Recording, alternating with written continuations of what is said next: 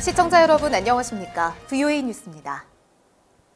마이크 폼페오 미 국무장관이 4차 방북에 앞서 2차 미북 정상회담과 비핵화 진전을 위해 노력하겠다고 밝혔습니다.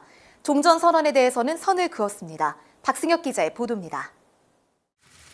마이크 폼페오 국무장관이 기자회견을 열고 4차 북한 방문에 대해 설명했습니다.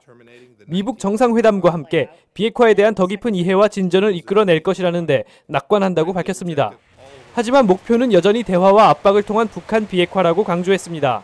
Importantly, we've done so in a condition which continues to give us the opportunity to achieve the final goal. That is, the economic sanctions continue to remain in place. 이번 방북에서 종전선언이 협의될 것이냐는 질문에는 협상 진전에 대해서는 언급하지 않겠다고 선을 그었습니다.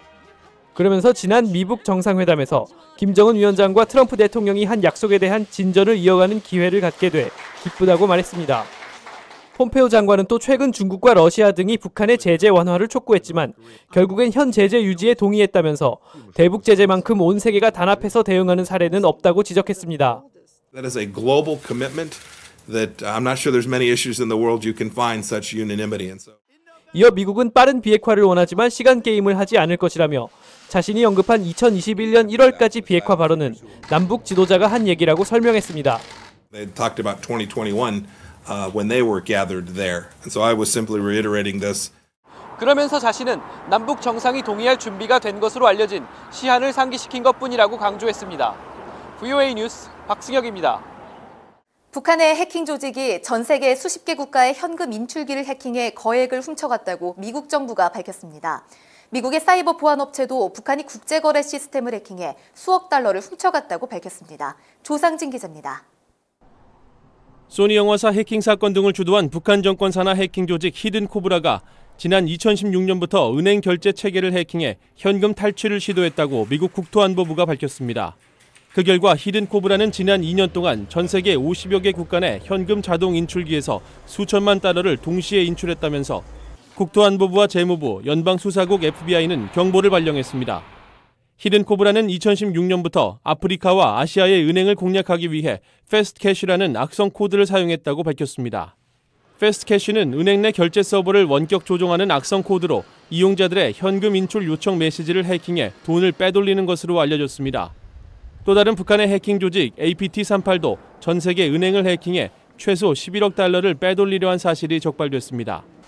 미국의 한 사이버 보안 업체는 APT38이 지난 2014년부터 국제은행 송금 체계인 스위프트에 악성 코드를 설치한 뒤 미국과 베트남, 말레이시아 등 11개국 16개 이상의 은행을 해킹해 수억 달러를 훔쳐간 사실을 적발했다고 밝혔습니다.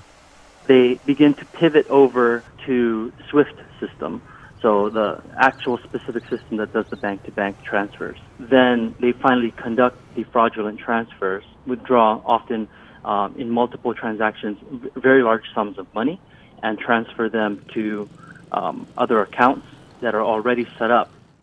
사이버 보안 전문 업체는 북한이 대북 제재로 인한 경제난 해소를 위해 금융 해킹을 통한 현금 탈취에 나섰다고 분석했습니다.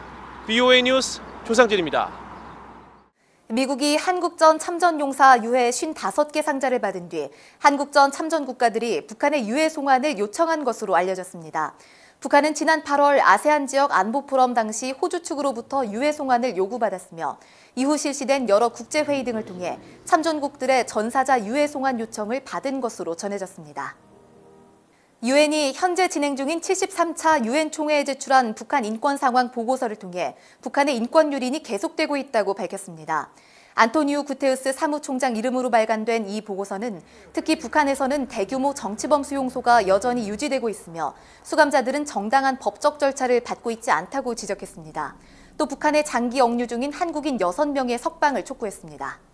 미국 워싱턴 DC 백악관과 의사당 앞에서 강력한 대북 제재 이행을 촉구하는 집회가 열렸습니다.